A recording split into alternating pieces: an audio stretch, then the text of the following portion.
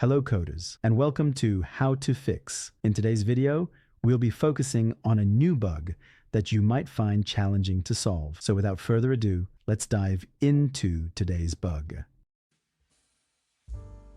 Let's start by executing code 1 to stimulate the error and watch the result. Now, here's the breakdown and the fix for the issue. Please pause the video to absorb the explanation. Now, let's rectify the code and examine the resultant output.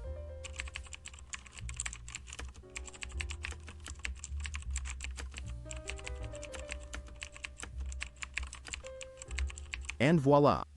The code is working as it should and our output is spot on. The error has disappeared. That's the end of today's lesson.